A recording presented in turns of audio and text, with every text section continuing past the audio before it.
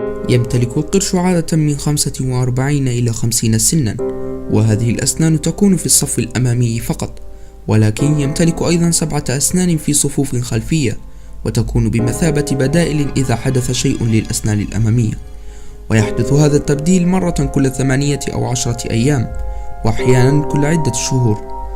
ويفقد القرش خلال دورة حياته كاملة حوالي 30,000 سنا. عندما تتكون الأسنان لدى جنين سمك القرش، فإنه يبدأ بالتهام أشقائه الذين لم يولدوا بعد داخل الرحم، حتى يتبقى قرش واحد فقط، وتسمى هذه العملية أكل اللحوم Inter-uterine cannibalism داخل الرحم. يعتبر القرش الأبيض من أضخم الكائنات البحرية في العالم، فقد يستمر في النمو إلى أن يصل طوله إلى 12 مترا. دائما ما امتلكت القروش تاريخا سيئا، حيث زعم المؤرخ الإغريقي هيرودوت أن أسماك القرش دمرت أسطولا فارسيا في القرن الخامس قبل الميلاد.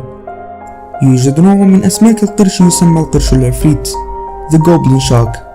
هذا القرش يعيش على طول الجرف القاري الخارجي على أعماق بعيدة جدا، وهي أماكن صعبة الاكتشاف للبشر. لهذا القرش نتوء علوي، ويعتقد أنه يعمل كرادار للتعرف على فريسته، نظرا للظلمة الشديدة في هذا العمق المخيف. الخوف الشديد من أسماك القرش يسمى جاليوفوبيا، التي تطلق على نوع معين من القروش جاليوس، وهي مشتقة من الكلمة اليونانية جاليوس. تعتبر القروش من أقدم الحيوانات الفقارية على وجه الأرض، ويعود تاريخ وجودها في البحار إلى أكثر من 400 مليون سنة، أي أنها سبقت الديناصورات في الوجود على سطح كوكبنا.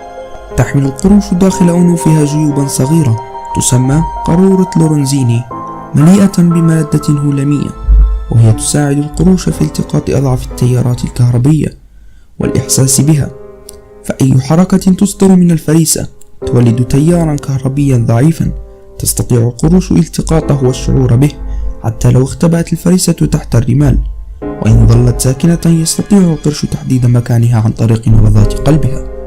تغرق بعض أنواع سمك القرش، ومن ضمنها القرش الأبيض، إذا توقفت عن الحركة فهي في حاجة للحركة لضخ الماء إلى خياشيمها وأفواهها.